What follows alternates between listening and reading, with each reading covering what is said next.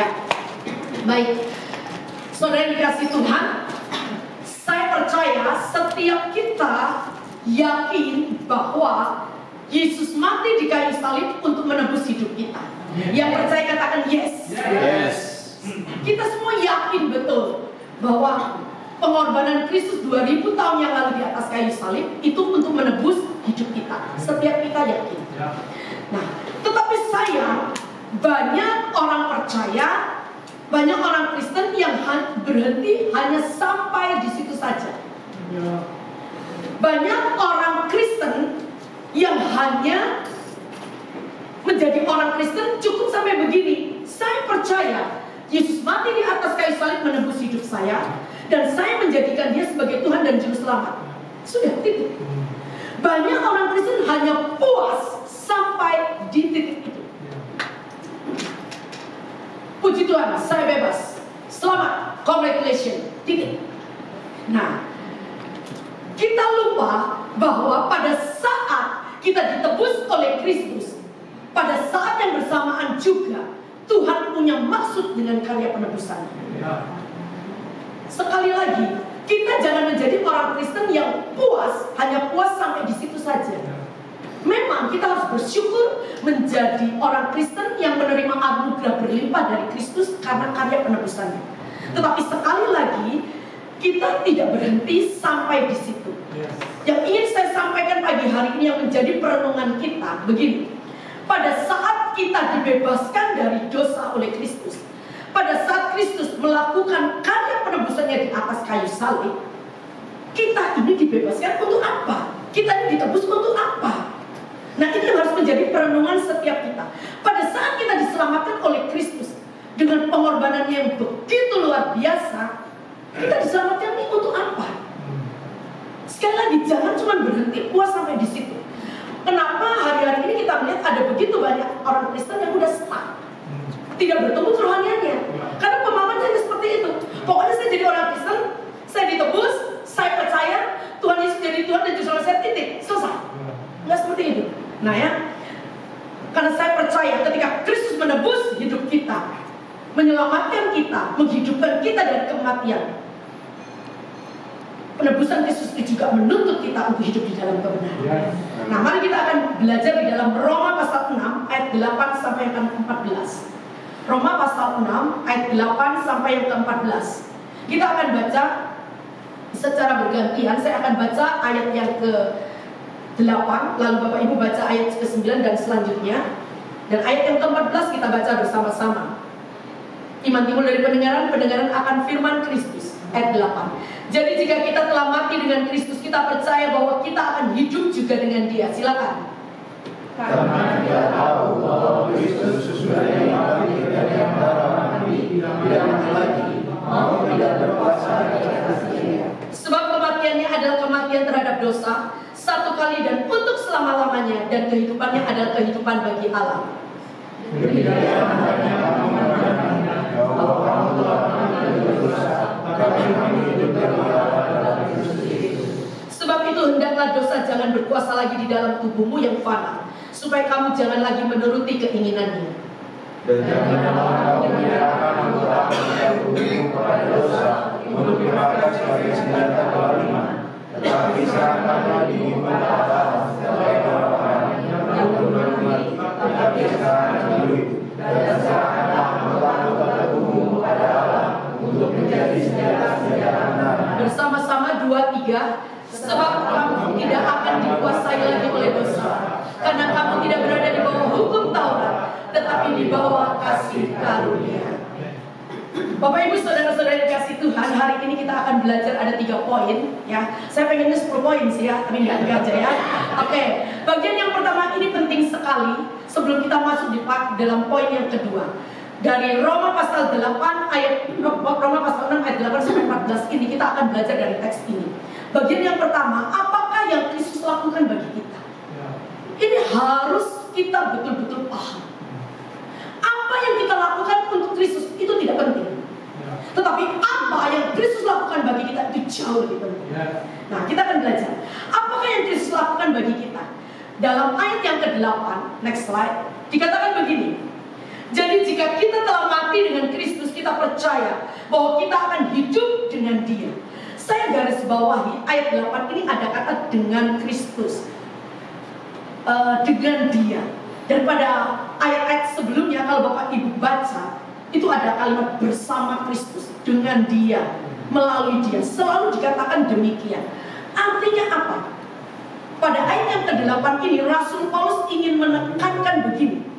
Karena penebusan Kristus, karena kita percaya, yakin dengan iman akan karya penebusan Kristus, hari ini, sekarang hidup kita itu ada di dalam Kristus.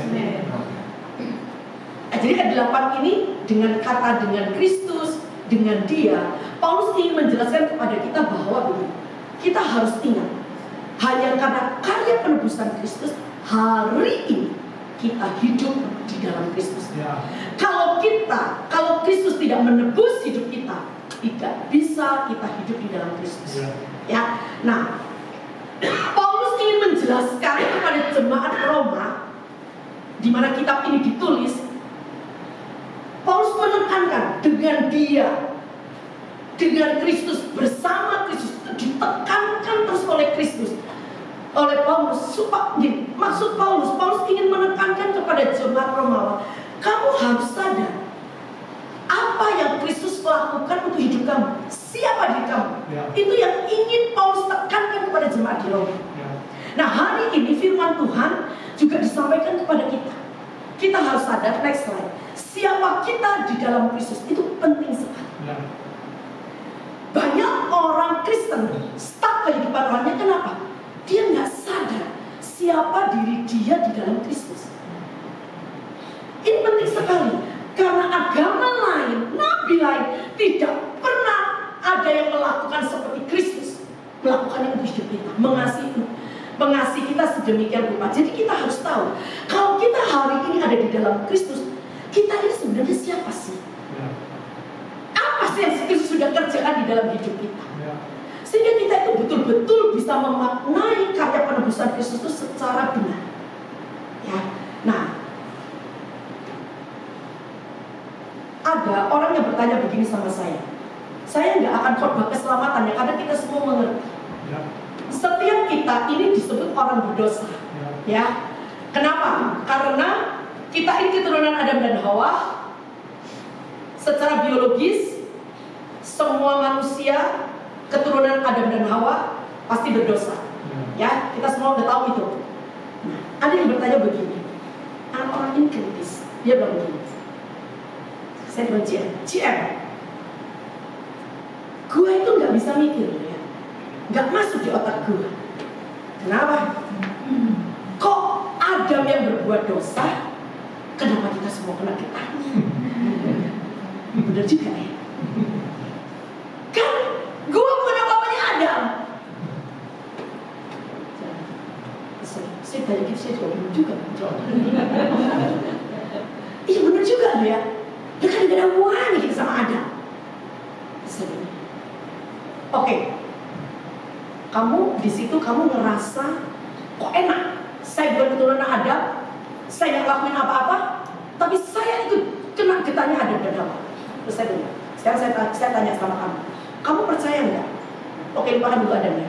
Kamu percaya nggak kalau hidup kamu ini dibenarkan oleh Kristus, oleh karya penebusan Kristus? Oh percaya. Saya bilang, kok enak? Lu apanya Kristus? Ngerti maksud saya? Ngerti ya? Kita ini memang berdosa, menjadi manusia berdosa karena secara biologis Adam berdosa, kita menjadi berdosa. Adam sebagai kepala perjanjian gagal memegang perjanjian dengan Allah. Tuhan ciptakan Adam dan Hawa itu punya rencana yang luar biasa. Allah ingin supaya kehendak Allah di bumi, di surga itu jadi di bumi. Tapi Adam gagal. Adam gagal. Nah tapi sekali lagi rencana Allah itu tidak pernah gagal. Melalui karya penebusan Kristus, Bapa memberikan anaknya yang tunggal, Kristus, untuk menyelesaikan apa yang sudah dikerjakan oleh Adam, dosa yang sudah dikerjakan oleh Adam. Ketika Adam gagal memegang perjanjian dengan Allah, Bapa mengirim anaknya untuk menyelesaikan perjanjian itu. Nah, ketika kita percaya kepada Kristus, kita itu kan dibenarkan karena iman. Jadi saya bilang begini sama anak ini, memang kita kena getahnya dosanya Adam itu karena secara biologis. Tetapi lihat, kita juga bukan siapa-siapanya Kristus. Apalagi kalau dibilang hanya keturunan Kristus. Kalau gini, gara-gara Adam, semua keturunan Adam berdosa. Harusnya seimbang. Kalau kita bilang gua nggak ada hubungannya apa-apa sama Adam, kita juga harus bilang gua nggak ada hubungannya apa-apa juga sama Yesus Kristus. Harusnya kalau kita mau bilang hanya keturunan Adam yang berdosa, harusnya hanya keturunan Kristus yang menerima karya penebusan. Harusnya hanya keturunan Kristus yang dibenarkan. Dan kita bukan keturunan Kristus. Dan kita tahu secara daging Kristus tidak menikah, tidak punya anak. Siapa yang bisa makan? Tetapi dengan iman, dengan jalur iman, akhirnya kita bisa dibenarkan oleh Kristus. Meskipun kita ini bukan siapa-siapanya Kristus, kita ini bukan keturunan Kristus. Sama, fair.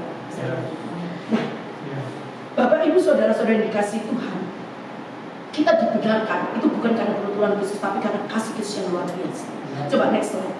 Dikatakan begini. Coba Roma 5 ayat 15. Saya bacakan ya. Roma 5 ayat 15. Tetapi karena karunia Allah tidaklah sama dengan pelanggaran Adam. Sebab jika karena pelanggaran satu orang semua orang telah jatuh di dalam kuasa maut, jauh lebih besar lagi kasih karunia Allah dan karunia-Nya yang dilimpahkannya atas semua orang karena satu orang, yaitu Yesus Kristus. Karena satu orang berdosa, Bapa memberikan anaknya yang tunggal juga untuk membenarkan hidup. Fair, adil. Jadi siapa kita di dalam Kristus itu penting sekali. Penting sekali. Kalau kita sadar akan hal ini, bahwa kita itu bukan siapa-siapanya Kristus, tapi Kristus menebus hidup kita, membenarkan kita, melayakkan kita, menyucikan kita. Kita akan punya sebuah pemahaman yang baru. Kekristenan kita pasti akan berubah. Kekristenan kita, cara pandang kita terhadap kekristenan itu pasti akan beda. Kenapa banyak orang Kristen biasa-biasa aja? Jadi orang Kristen bertahun-tahun biasa aja. Karena ini dia hanya tahu bahwa Yesus mati di atas kayu salib, tetapi dia tidak paham apa yang sudah Kristus kerjakan atas hidup. Next slide. Saya terus begini. Penting diingat. Apapun yang kita lakukan didorong oleh apa yang sudah Allah kerjakan dalam hidup. Jadi kalau kita senantiasa mengingat apa sih yang Allah kerjakan atas hidup kita, itu membuat apapun yang kita lakukan, ketika kita memberi, ketika kita beribadah, ketika kita melayani, semuanya itu didorong oleh apa yang sudah Allah kerjakan atas hidup kita. Itu karya penebusan kita. Saya sering berkata sama jemaat ya, di mana saya khotbah atau jemaat Citra 1, apalagi kalau jemaat Citra 1 itu kan saya gede, ngerasa kayak jemaat sendiri ya. Jadi lebih enak marahnya gitu. Iya kan, kayak anak sendiri. Saya bilang, Bu, aku kerja ke WBI. Loh, kesaksian bilang, ibu-ibu rajin ibadah supaya diberkati. Ngawur. Loh, kita beribadah itu bukan didorong supaya kita diberkati. Berkali-kali saya ngomong, tapi orang masih nggak lega. Kita beribadah karena didorong oleh apa yang sudah Tuhan kerjakan atas hidup kita. Saya beribadah didorong oleh apa? Karena kasih Allah yang sudah menyelamatkan hidup saya. Saya melayani bukan supaya bisnis saya lancar. Saya melayani bukan supaya rumah tangga saya adem ayem. Bukan. Saya melayani karena didorong oleh apa yang sudah Allah kerjakan atas hidup saya. Karena saya tahu Dia Allah yang sudah melayani saya terlebih dahulu. Saya bertobat usia 22 tahun. Saya nggak kenal Tuhan selama 22 tahun. Nah, tapi ketika saya mengerti bagaimana kehidupan saya selama 22 tahun, jadi saya sadar apa yang Allah kerjakan atas hidup saya. Itu yang mendorong saya untuk melayani Tuhan. Ketika kita memberikan persembahan juga begitu. Jangan kita lakukan gitu. Ketika kita memberikan persembahan, didorong juga oleh apa? Karena Allah sudah memberikan yang terbaik untuk hidup saya. Jadi apa yang Allah sudah kerjakan atas hidup kita, itu yang mendasarkan kita melakukan segala sesuatu. Saya sering bilang, jangan kau kasih persembahan, bilang 4 kali 4, 16, sempat gak sempat Tuhan mesti balas. Orang tuh bilang begitu. Sering gereja luar. Saudara tabur. Tuhan berkata, Tuhan akan berkati berlipat kali ganda, 30 kali lipat, 60 kali lipat, 100 kali lipat. Ngawur sembilan. Itu konteksnya bukan duit, itu konteksnya firman Tuhan. Firman Tuhan yang ditabur dia akan bertumbuh 30, 60 sampai 100. Bukan duit. Tapi kan banyak orang comot ayat asal aja supaya kolektornya banyak. Nah jadi sekali lagi saya rindu. Poin pertama ini sangat penting sekali. Sangat penting sekali. Apa yang Kristus lakukan untuk hidup kita itu harus ada di dalam pikiran dan hati. Karena kalau kita tidak mengerti seberapa besar apa yang sudah Kristus kerjakan atas hidup kita, maka yang kita kerjakan, kita akan kerjakan cuma setengah hati. Kita akan kerjakannya semau saya. Kalau saya sempat saya kerjakan. Ketika kita melakukannya, ya udah melayani sekedar rutinitas. Kenapa? Karena tidak didorong oleh apa yang sudah Tuhan kerjakan atas hidup.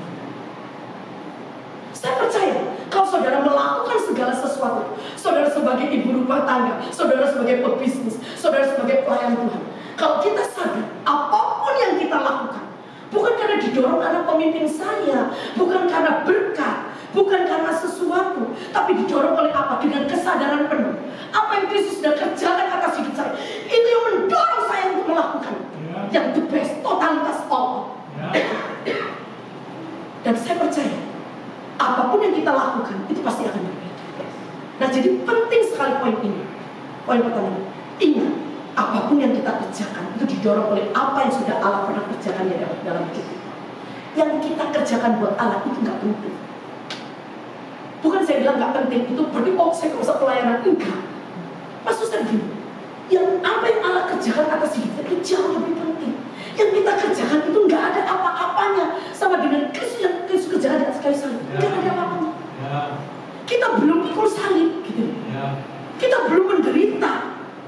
Ya sudah tahu film The Passion kayak gimana penderitaan Kristus. Nggak ada apa-apanya. Jadi sekali lagi, apapun yang kita berikan buat Allah, apapun yang kita lakukan buat Allah, itu nggak penting buat saya. Yang selalu saya ingat dalam hati saya, apa yang sudah Allah kerjakan atas hidup saya. Untuk semakin hari, itu yang mendorong saya semakin bergaya. Nah saudara, banyak orang berkata begini. Kadang-kadang ada orang doa, dulu saya juga salah berdoa. Tuhan, tambah-tambahkan kasih-Mu dalam hidup saya. Sekarang saya paham. Kasih Allah itu tidak bisa bertambah. Kasih Allah itu sekali lagi tidak bisa bertambah. Kenapa? Karena Allah sudah berikan yang terbaik dan sempurna. Gimana bisa mau bertambah? Nggak bisa, mentok. Full. Kita salah. Ketika Bapa memberikan anaknya yang tunggal diberikan. Itu udah kasih yang paling sempurna. Kasih sejati. Mana ada orang tua bisa kasih anak. Jadi kita jangan, Tuhan tambahkan, Tuhan kok bertambah-tambah kasih dalam hidup saya. Salah. Yang bertambah itu apa? Karena kita mengerti sadar apa yang sudah Kristus kerjakan atas hidup kita. Yang bertambah itu bukan kasih Allah. Sekali lagi, karena kasih Allah itu sudah sempurna atas hidup kita. Yang bertambah itu apa? Yang bertambah itu pemahaman saya akan kasih Tuhan. Yang bertambah itu apa? Pengalaman saya karena kasih Tuhan. Yang bertambah itu apa? Kasih saya kepada Tuhan. Itu yang bertambah. Sehingga akhirnya ketika pemahaman saya, pengalaman saya, kasih saya bertambah kepada Tuhan, itu yang membuat saya semakin mengasihi Tuhan, membuat saya semakin melayani Tuhan, membuat saya melakukan segala sesuatu karena didasarkan atas kasih Tuhan. Jadi jangan salah. Karena dalam ulama ya, guru harus semakin berkurang, gitu. Ya maklum ya, zaman jadul ya, firman Tuhan sudah disingkapkan. Itu bagian yang pertama. Bagian yang kedua, dari Roma pasal 6 ini, dari ayat yang ke 13 ya. Nah, yang kedua, setelah kita mengerti apakah yang Kristus kerjakan atas hidup kita, itu penting sekali. Baru kita bisa melangkah di bagian kedua ini. Bagaimana respon kita setelah menerima penebusan Kristus? Kalau kita nggak ngerti poin yang pertama, kita nggak akan, respon kita pasti akan setengah-setengah atau salah. Makanya Paulus itu orang pintar banget. Dari semua rasul dia paling pintar, karena dia belajar sama Gamaliel. Itu ahli Taurat yang paling pintar, belajarnya private lagi. Makanya Paulus pada dalam ayat yang pertama dikatakan Kita harus tahu apa yang sudah Kristus kerjakan. Paulus itu sistematis sekali kalau nulis kita. Lalu bagian kedua dia baru bicara bagaimana respon kita setelah kita sadar akan penebusan Kristus, karya Kristus yang tiada duanya, karya Kristus yang kalau bilang itu melampaui akal kita, bukan nggak masuk akal, melampaui akal kita. Kan nggak ada orang yang bisa menyerahkan hidupnya seperti dia, nggak ada. Bukan untuk orang yang dia cintai, tapi untuk musuh-musuhnya. Nah sekarang bagaimana responnya? Apa yang harus kita lakukan? Ya, karena kalau kita mengerti poin yang pertama tadi, maka dengan mudah kita akan taat kepada perintah Allah. Nah di dalam poin yang kedua ini, di dalam ayat yang ke-11 sampai yang ke-13, Paulus memberikan 3 perintah melalui kebenaran firman Tuhan. Coba kita lihat pada ayat yang ke-11. Ada 3 perintah yang Paulus tulis di sini sebagai respon kita setelah kita ditebus oleh Kristus. Ayat yang ke-11 dikatakan begini, demikianlah hendaknya kamu memandangnya. Saya garis bawahi kata memandangnya, bahwa kamu telah mati bagi dosa, tetapi kamu hidup bagi Allah di dalam Kristus Yesus. Nah Bapak Ibu, di dalam bahasa aslinya kata memandang ini itu menggunakan kata mempertimbangkan, menggunakan kata menilai, mempertimbangkan, menilai, lebih ke arah logika, lebih ke arah berpikir, lebih ke arah memahami, lebih ke arah akal budi. Jadi ketika kita sudah sadar akan karya penebusan Kristus, apa yang harus kita lakukan? Ini poin yang pertama. Pada ayat yang ke-11 ini, kita harus punya pengajaran yang sehat, pengajaran yang benar. Next slide. Coba. Pengajaran yang benar. Karena begini, saya itu sering banget ya orang bersumpah begini, udah, kamu usah belajar teologi yang jelibet-jelibet, gak usah. Yang penting hati. Udah, gak usah. Kamu kok menyulitkan diri sendiri sih? Ribet banget sih. Yang penting kita semangat melayani. Loh, saya itu setuju banget. Hati itu penting, setuju 100%, 1000%. Semangat melayani, saya setuju banget. Tapi saya bilang, ini orang ekstrim. Ini orang ngerti gak sih? Saudara, ketika Yesus mati di atas kayu salib menebus hidup kita, yang ditebus seluruh hidup kita. Saya mau tanya, otak kita, akal budi kita ditebus dengan Yesus? Gegetan gue. Banyak orang Kristen itu ngeroh. Rohili. Otakmu gak dipakai. Serius. Nah saya rindu, cuma di tempat ini harus seimbang. Jangan cuma pakai otak tapi gak pakai hati. Ya. Tapi sebaliknya, juga jangan pakai hati doang, pakai otak. Sampai nanti mati otaknya original. Iya, harus balance. Gitu. Sekarang firman Tuhan aja Roma 12 ayat 2 itu berkata, ada pembaruan akal budi sehingga kamu bisa mengenal manakah kehendak Allah. Itu firman Tuhan jelas berkata.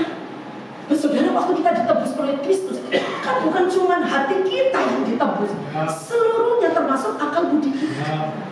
Paulus ini hebat. Begitu dia mengajar, bagaimana respon orang percaya setelah dia sadar akan karya penebusan Yesus.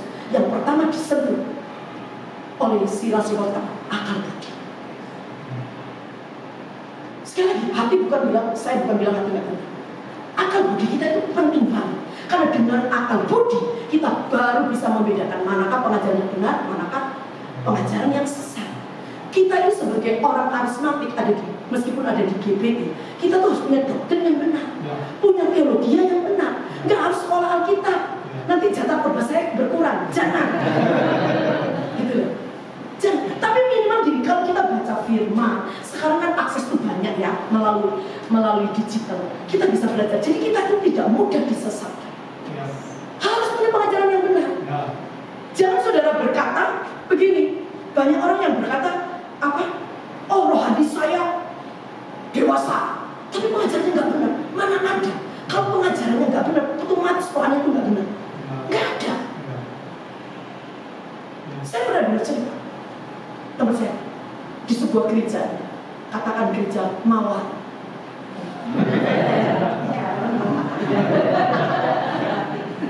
Itu pendeta ngawur. Tahu saudara, selesai khotbah firman Tuhan, saudara sekarang semua pejamkan mata, tutup mata, jemaatnya nurut, semua. Ya kan pemimpin kan. Sekarang, terus dia bilang, seperti Tuhan pelihara bangsa Israel di padang gurun dengan memberikan mana setiap hari. Hari ini Tuhan juga akan memberikan mana kepada saudara. Ya, sampai sini dulu masih ingat. Setelah itu dia berkata, sekarang dengan iman hari ini Tuhan akan memberikan mana. Ambil mana sebanyak-banyaknya. Ya, ambil sebanyak-banyaknya. Baca itu Alkitab. Firman Tuhan bilang apa? Mana itu diambil secukupnya, bukan sebanyak-banyaknya. Nah, kalau jemaat tidak punya pengajaran yang kan ikut seperti itu kan? Ya, lompat, ambil, masukkan dalam kantong. Kantong ini terangkat kantong belakang. Tapi itu serius, itu terjadi di Jakarta. Gila nggak? Gila. Nah, tapi kalau jemaat nggak punya pengajaran yang benar, nggak ngerti teologi yang benar, doktrin yang benar, kan ikut. Terus udah gitu ada pendeta juga yang nakut-nakutin jemaatnya kan. Saudara kalau berbuat dosa, misalkan saudara bohong, nanti waktu saudara ada di neraka, lidah saudara akan ditarik, dipotong sama mereka. Pernah juga ya? Saya juga pernah juga. Nanti lidah itu dipotong akan keluar lagi. Nanti mereka akan potong lagi, terus keluar, potong, terus disiksa selama-lamanya. Saya mikir gini, gue bukan kasihan sama yang berdosa, gue kasihan sama malaikat. Capek banget. Nah, selama-lamanya macamnya kan. Terus masa gini, itu pendeta mikir nggak sih? Itu kita ini manusia berdosa. Yang berdosa itu bukan cuma mulut kita, tangan kita bisa berdosa, kaki kita bisa berdosa, otak kita bisa berdosa, hati kita bisa berdosa. Benar? Terus gimana caranya? Nah iya, saya bilang ngapain sih sosok tarik potong? Udah pakai bom. Beres. Nggak masuk akal. Tapi kan jemaat tuh kan seneng yang model-model begini. Keren. Jemaat mana bu? Jemaat mana bu? Mana bu? Oh ya, gembalanya siapa bu? Keren. Iya, cuma Bu Devi yang nggak senang. Yang lainnya senang bu. Kalau ada dua pilihan, kebaktian kebangunan rohani, mujizat, yang buta berjalan, yang lumpuh melihat. Salah. Satu lagi, seminar akhir zaman. Gimana bu? Rata-rata pilih kebaktian kebangunan rohani lah. Weh. Pak, perlu dilestarikan Pak. Jarang jemaat kayak begini Pak. Ya, nah. Jadi kita ini harus punya pengajaran yang benar. Setelah kita mengerti akan karya penebusan itu, supaya apa? Karya penebusan Kristus yang sudah kita terima itu dilakukan dengan pengajaran yang benar. Sayang banget, Kristus sudah menebus hidup kita dengan cara yang benar, sempurna. Tapi kita ini melakukan pengajaran yang salah. Ini sayang banget. Gitu ya. Nah, kan banyak orang itu selalu berkata, banyak Roh Kudus bicara. Saya nggak larang Roh Kudus bicara. Loh kita itu percaya Roh Kudus kok. Dikit-dikit saya mendapatkan penglihatan. Lu dapat penglihatan apa mimpi? Apa-apa? Saya percaya penglihatan itu. Tapi jangan dikit-dikit begitu. Saya punya teman, dikit-dikit kalau masuk rumah. Ih, saya merinding nggak? Kakak, kenapa? Bungkus saya merinding semua. Kena angin, saya bilang. Bukan nggak percaya gitu-gitu saya. Tapi jangan senantiasa selalu always gitu. Dikit-dikit Tuhan bicara. Lalu Tuhan bicara kita nggak bisa ngomong apa-apa lah. Dia bilang Tuhan bicara, kamu jodoh saya. Kita nggak bisa ngomong apa-apa. Iya bener kan? Loh Tuhan mau dilawan. Tapi ini banyak orang yang kayak begini. Ini bukan rohani, rohili. Ampun saya. Saya kalau orang lihat orang itu, I'm shock saya. Oke, kedua, lalu perintah apa lagi yang Paulus ajarkan di dalam kitab Roma ini setelah kita mengerti akan karya penebusan Yesus? Respon kita gimana? Selain kita harus punya pengajaran yang benar, yang kedua baru, Paulus masih lebih dalam lagi. Dikatakan di dalam ayat yang ke-12 menolak dosa. Dikatakan begini, ayat 12. Sebab itu hendaklah dosa jangan berkuasa lagi di dalam tubuhmu yang fana. Saya garis bawahi kata berkuasa.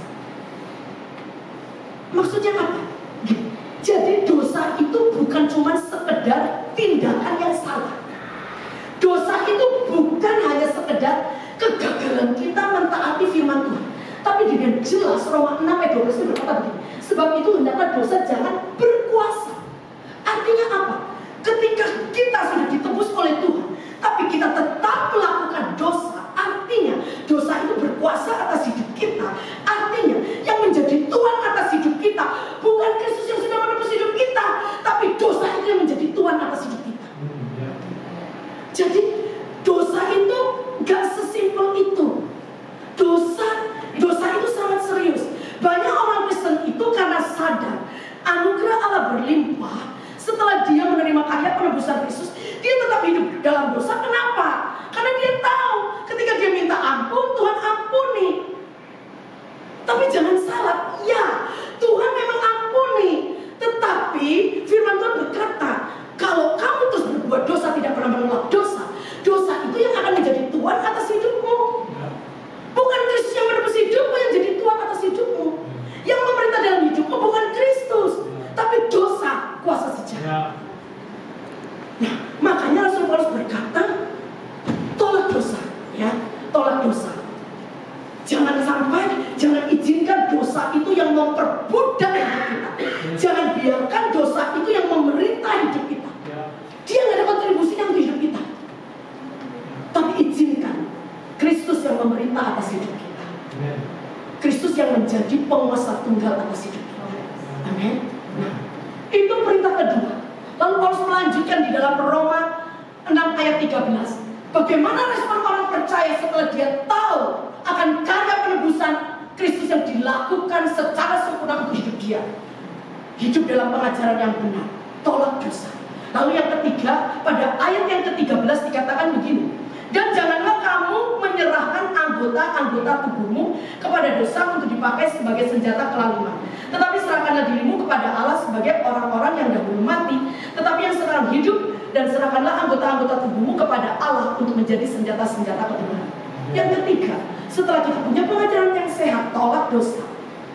Kristus ingin berkata begini. Yang ketiga, perintah Allah apa? Menyerahkan diri kita sebagai senjata kebenaran. Tolak dosa, serahkan diri kita kepada senjata kebenaran. Kalau dulu kita hamba dosa, sekarang kan kita nih hamba kebenaran. Nah, saya garis bawahi, coba slide sebelumnya. Itu kata anggota-anggota tubuh. Banyak orang berpikir begini, anggota tubuh itu yang kelihatan, tangan, kaki, mata, hidungnya. Sebenarnya ini hanya ungkapan anggota tubuh itu. Contoh saya. Kalau anak muda di sini jatuh cinta, itu segenap hati atau segenap jiwa? Dulu Pak Yakub pacaran sama Bu Rahel menyatakan cintanya gimana? Aku mencintai kamu segenap hati atau segenap jiwa? Segenap hati jiwa.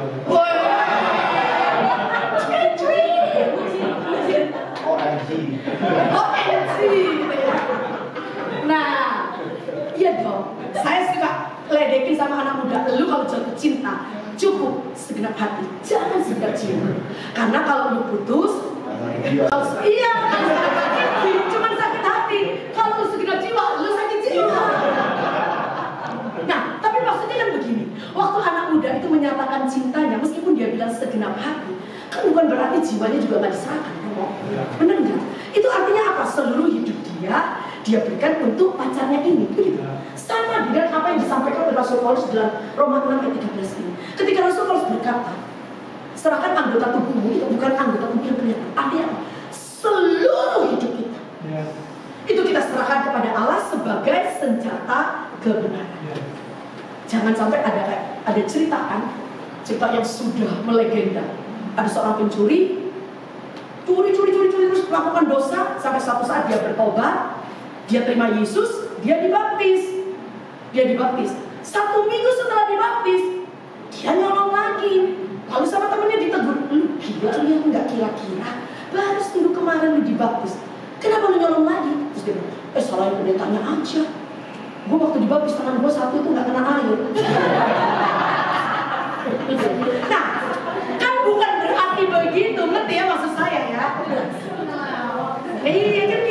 kan? Nah, jadi kita harus menyerahkan segenap hidup kita itu bagi senjata kebenaran. Nah, Bapak Ibu, ketika kita dibebaskan dari dosa oleh karya penebusan Kristus, itu bukan berarti kita bebas dari dosa. Bukan berarti kita bebas berbuat apa saja. Bukan. Kita diperdekakan itu bukan untuk itu, ya. Tetapi artinya kita bebas dari dosa, artinya kita menghambakan diri, ya. Artinya kita menghambakan diri kita kepada kebenaran. Itu bebas dari dosa. Bukan bebas berbuat apa saja, ya. Jadi artinya setelah kita menerima Kristus, percaya akan karya penebusan Kristus, kita sudah tidak menjadi hamba dosa, tetapi menjadi hamba kebenaran. Sebuah kesaksian dari seorang mafia Hong Kong, trayek Hong Kong yang sangat terkenal yaitu Teddy Wu. Nanti Bapak Ibu bisa searching di Google, itu ada Teddy Wu. Dia mafia Hong Kong yang sangat terkenal. Istri 4, pacarnya belasan, artis, foto model dan sebagainya. Bisnisnya tidak jelas, pelacuran, narkoba, apalagi ya, ya pokoknya penjudian, haram semua, nggak jelas. Sampai suatu ketika Teddy ini ditangkap, masuk ke penjara. Tapi tetap penjara bisa disulap karena dia punya uang. Dan dari dalam penjara pun Teddy masih sempat untuk bisnis narkoba. Ketika Teddy ada di penjara, itu ada seorang penginjil yang selalu datang ke penjara itu menginjili Teddy. Tapi Teddy selalu menolak untuk terima Kristus. Tetapi si penginjil ini nggak pernah putus asa. Satu kali dia kasih Alkitab sama Teddy. Pak, baca ini. Dilempar sama Teddy di pojokan kamar penjara di pojokan. Sampai suatu malam, Teddy ini punya penyakit, dia tidak bisa tidur. Ketika dia tidak bisa tidur, seperti biasa dia berkata gini, Tuhan, saya akan percaya sama kamu. Kalau saya setelah baca Alkitab, saya tertidur. Saya bisa tidur dengan pulas. Dia ambil itu Alkitab, dia baca. Baru baca beberapa ayat, tidur terus sampai pagi. Siapa di antara saudara yang seperti dia tidur? Laku ya. Aminnya besok, doanya besok, doanya hari ini, aminnya besok. Tapi begini, ini mujizat Tuhan kerjakan atas Teddy itu. Kan sebagai tanda untuk menobatkan Teddy. Benar-benar dia bisa tidur sepanjang umur hidupnya. Dia tidak pernah bisa tidur pulas kecuali malam hari itu. Sejak hari itu Teddy menjadi orang yang percaya kepada Kristus. Dan setelah dia keluar dari penjara, apa yang dilakukan oleh Teddy? Dia putuskan semua pacar-pacarnya. Dia kembali kepada istri pertama. Lalu semua bisnisnya dia tutup. Dan apa yang dilakukan dia? Dia robah semuanya. Dia buka gereja dan isinya mafia semua. Dia ajak teman-temannya itu yang minta ke gereja. Terus dia buka rumah sakit untuk kesehatan orang-orang. Dia penyakit banyak. Berubah, lihat kehidupan Teddy. Dulu dia hamba dosa, tapi setelah dia mengerti benar, paham akan karya penebusan Kristus, dia tidak menjadi hamba dosa lagi, tetapi sekarang dia menjadi hamba kebenaran. Nah seperti itu. Jadi kita harus menyerahkan diri kita sebagai senjata kebenaran. Saya kasih statement. Klik. Nah, ingat, kita bukan hanya diselamatkan dari dosa, tetapi kita juga diselamatkan untuk kebenaran. Ini yang harus selalu kita ingat sebagai orang percaya. Kan saya tahu kan Bapak Ibu ini bukan bayi rohani lagi orang Kristen. Saya nggak perlu khotbah, Yesus mati di atas kayu salib, dikasih mahkota duri, lambungnya ditusuk, yang kita semua. Tapi yang harus kita pahami ini, yes, Yesus sudah menyelamatkan kita dari dosa. Yes, amin, haleluya, 100 kali. Nah tapi nggak titik sampai di situ. Tetapi kita juga harus ingat, kita juga diselamatkan untuk. Guys, baik kata untuk. Berarti jangan stop sampai di situ. Yang tadi saya bilang, selamat, congratulations. Enggak. Tetapi kita diselamatkan untuk kebenaran. Ini yang disebut mengerjakan keselamatan. Banyak orang bisa berkata gini, ngapain? Gue udah diselamatkan Yesus kok. Ngapain gue repot-repot pelayanan? Ngapain gue berbuat baik? Firman Tuhan berkata, janganlah kamu berjemur-jemur berbuat baik. Ngapain saya lakukan perintah Allah? Karena kita ini kita diselamatkan itu bukan hanya diselamatkan dari dosa, tetapi diselamatkan untuk kebenaran. Ingat, orang yang mengerjakan keselamatan nanti, kalau kita sudah berjumpa dengan Kristus, mahkotanya beda. Saudara kalau belajar, ada 5 mahkota. Nggak cuma begini, pokoknya orang Kristen semuanya dapat mahkota. Kan kita sering dengar ilustrasi. Ada pendeta dapat mahkota kecil, seuprit, tapi ada kadang-kadang mahkotanya gede. Itu kan hanya ilustrasi. Tapi saya paham sekarang, ternyata begini. Oh, Tuhan tuh memberikan mahkota itu beda-beda. Untuk orang yang memenangkan jiwa, mahkotanya beda. Untuk orang yang melayani, mahkotanya beda. Iya, itu ada 5 macam. Cuma saya lupa. Pokoknya ada aja. Mahkota abadi, mahkota apa? Ada. Saya pernah kodok, saya lupa. Gitu. Jadi kita harus ingat begini loh. Kita ini diselamatkan bukan stop sampai oh ya saya sudah selamatkan dari dosa, tapi untuk apa saya diselamatkan? Untuk apa Kristus menebus hidup saya?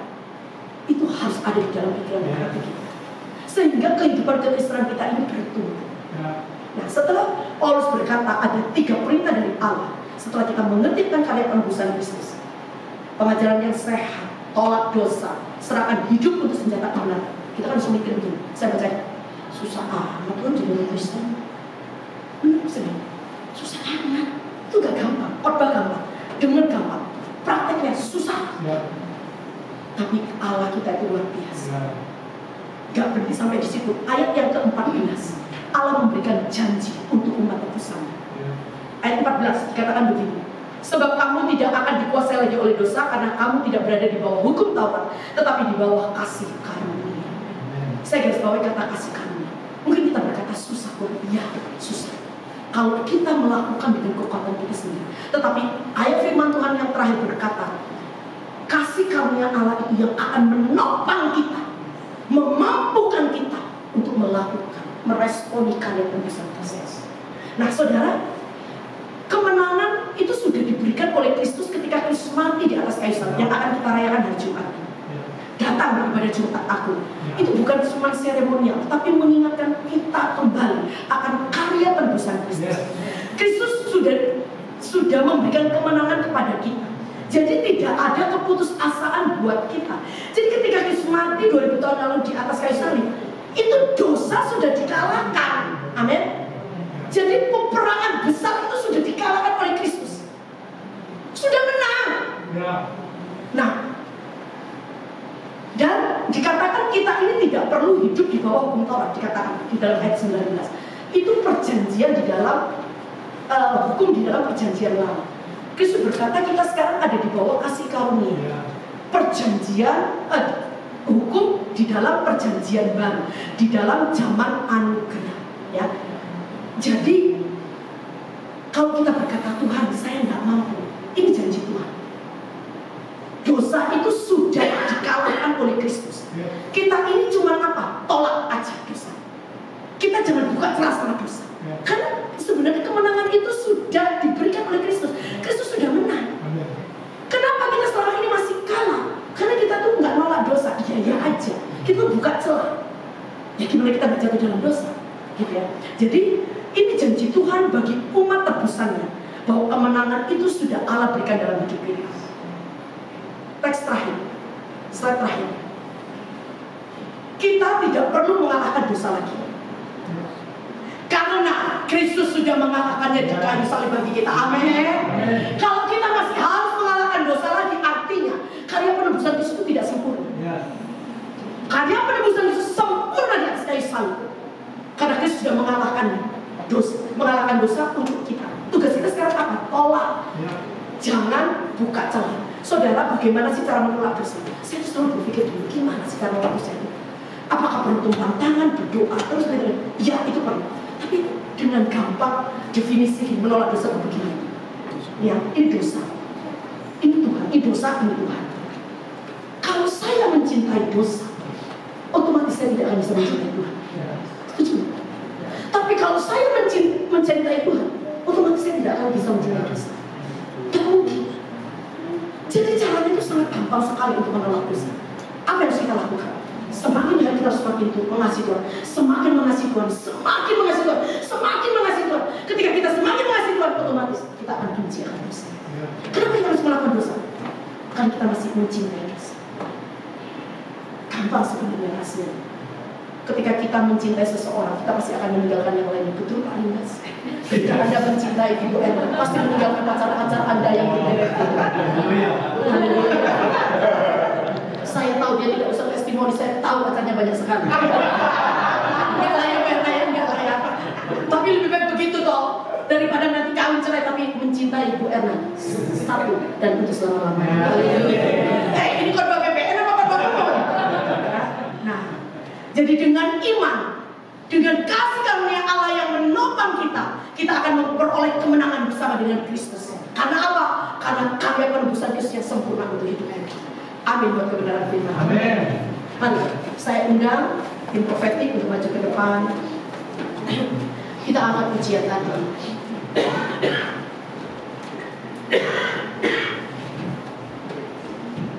Angkat pujian ini, katakan ku hidup oleh anugerah-Mu Tuhan. Yang terbaik, keselamatan, mujizat, cinta sejati sudah kuterima dari-Mu. Percaya siang hari ini, pagi hari ini Tuhan ada di tengah-tengah kita. Kasih-Nya yang sudah terbukti, dibuktikan di atas kayu salib, itu akan memulihkan hidup kita.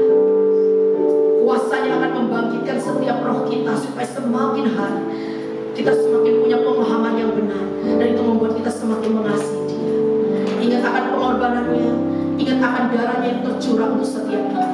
Tidak ada pribadi yang lebih mengasihi kita seperti Kristus mengasihi kita. Mari kita pujian ini bersama-sama.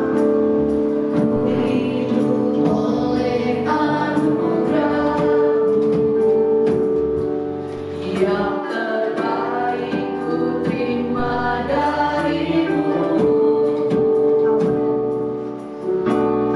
Rancangan-Mu indah bagiku, selalu hidup selalu di dalam-Mu.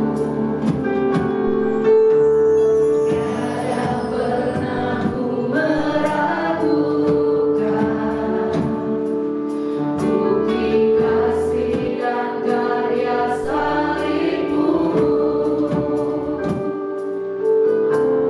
Kau telah mati gantikan hidupku, sebab itu ku selalu bersyukur.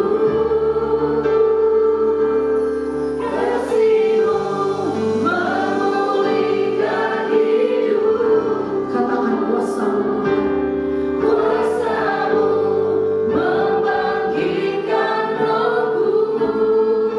Darah-Mu Tuhan, darah-Mu telah tercurah bagiku.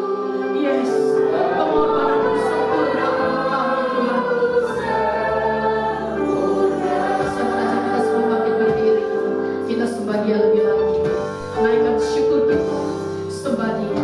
Dia ada di tengah-tengah kita. Katakan ku hidup oleh anugerah-Mu Tuhan. Hidup oleh anugerah-Mu yang terbaik ku terima dari-Mu. Rancangan-Mu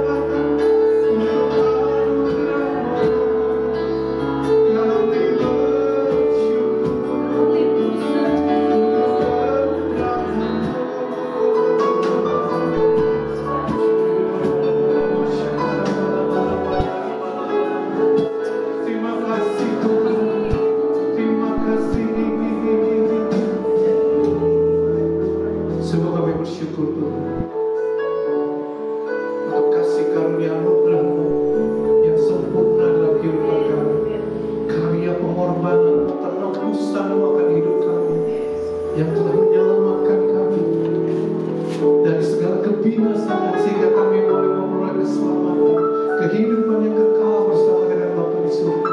Sungguh kami bersyukur dan kami percaya bahwa kasih-Mu senantiasa akan terus menyertai kehidupan kami.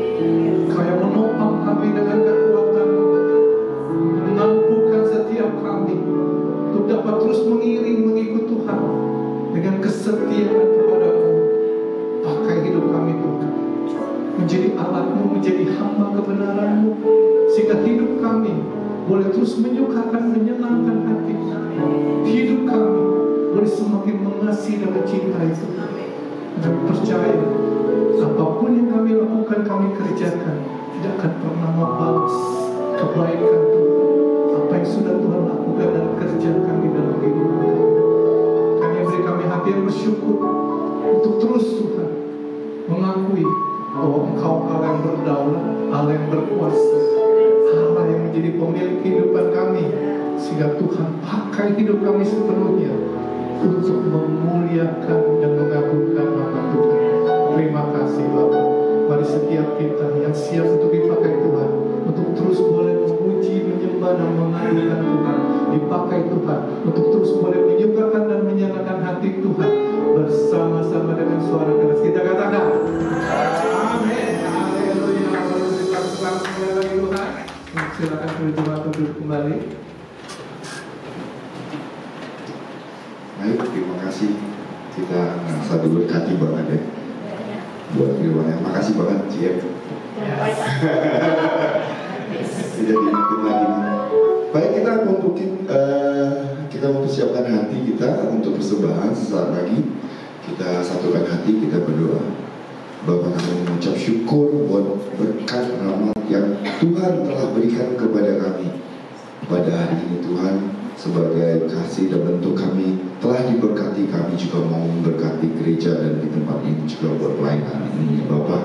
Berkati tangan-tangan jemaat-Mu yang memberi, Tuhan berkati setiap pekerja mereka, setiap keluarga mereka, kesehatan, kekuatan, berkat yang melimpah. Terima kasih Bapak, di dalam nama Tuhan Yesus kami berdoa bersyukur.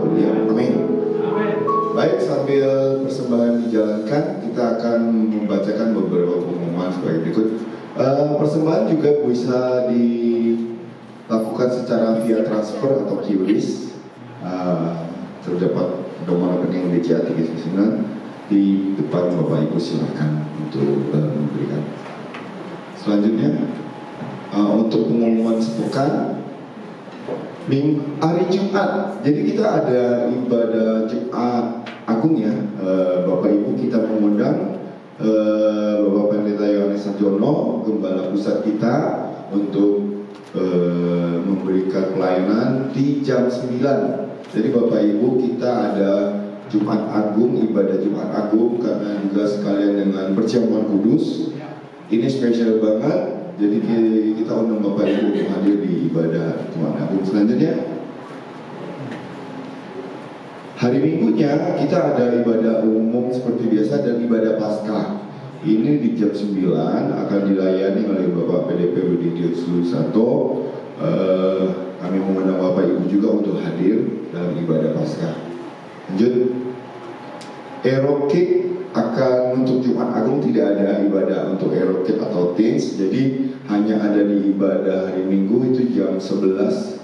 Bapak Ibu yang memiliki anak di bawah 0 sampai 13 tahun, 12 tahun ya, bisa ikut ibadah Erokik. Dan juga ada ibadah remaja atau teens community, namanya di tempat ini teens community, setiap jam 11 pagi berbarengan dengan ibadah Erokik. Tetapi di lantai 3 Bapak Ibu yang memiliki anak umur 13 tahun sampai ke 18-17 ya.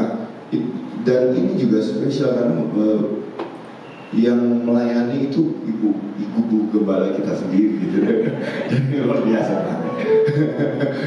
Bapak Ibu bagi yang punya anak remaja silakan untuk mengikuti ibadah teens di tempat ini. Baik, untuk selanjutnya ini ada yang lebih spesial lagi buat hari Sabtu ini perdana.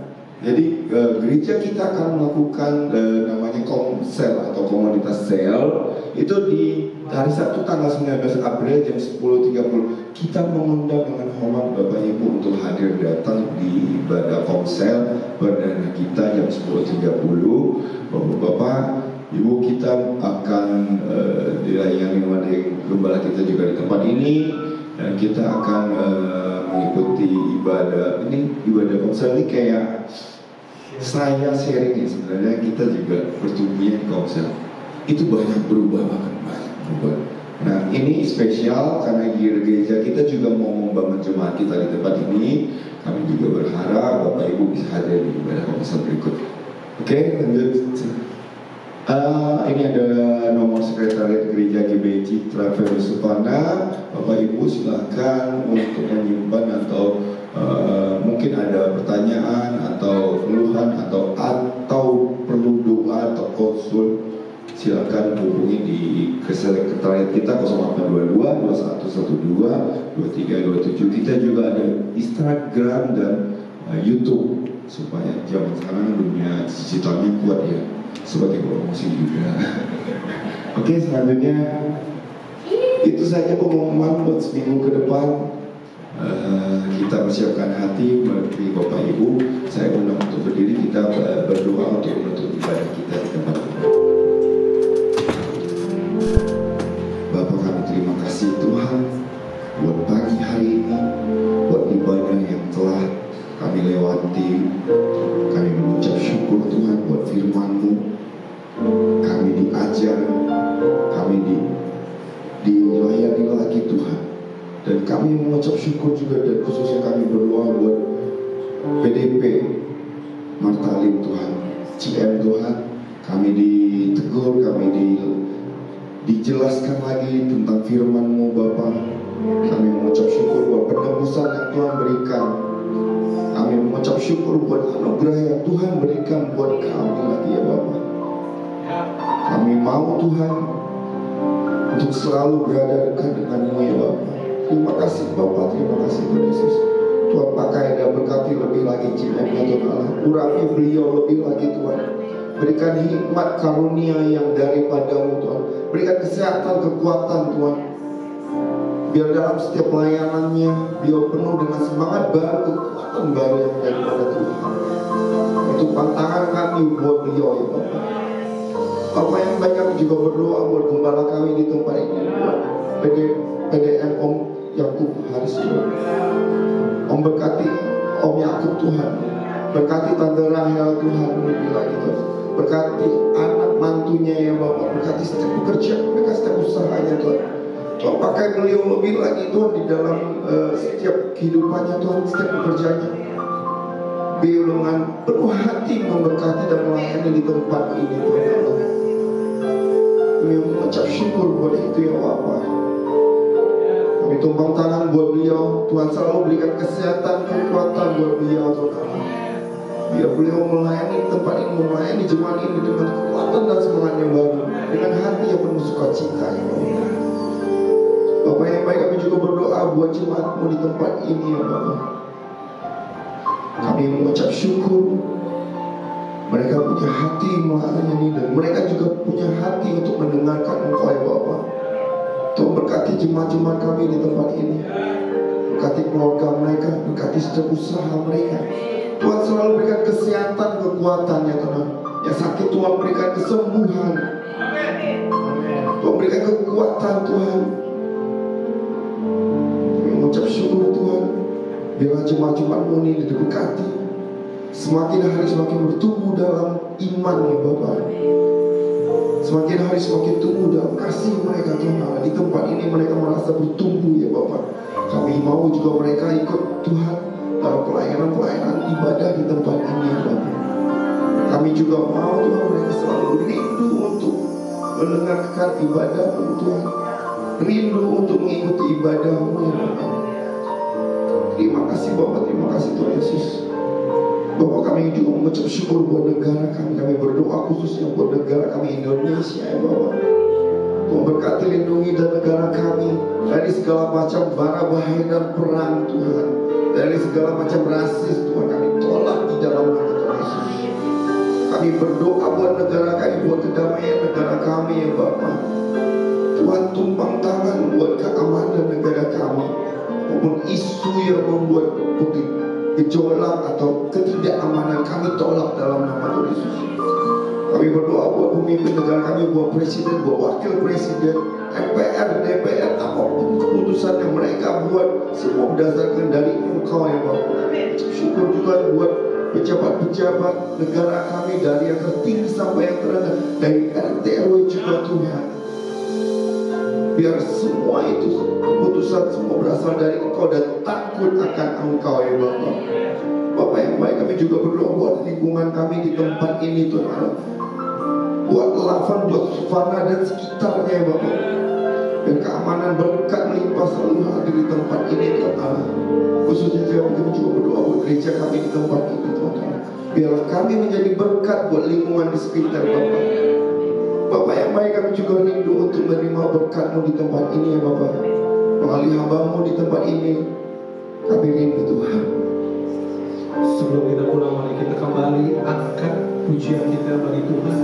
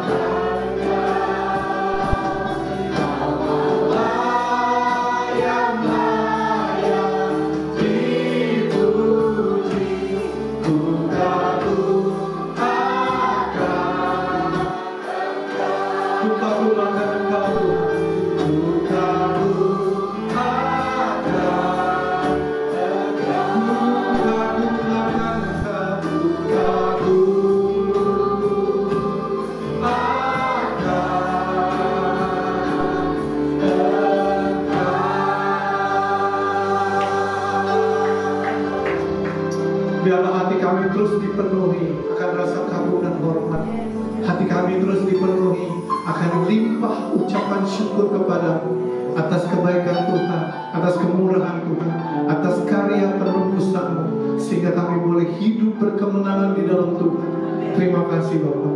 Mari saat ini kita arahkan hati kita kepada Tuhan Yesus, Gembala Agung kita, dan angkat kedua tangan kita untuk menerima berkat.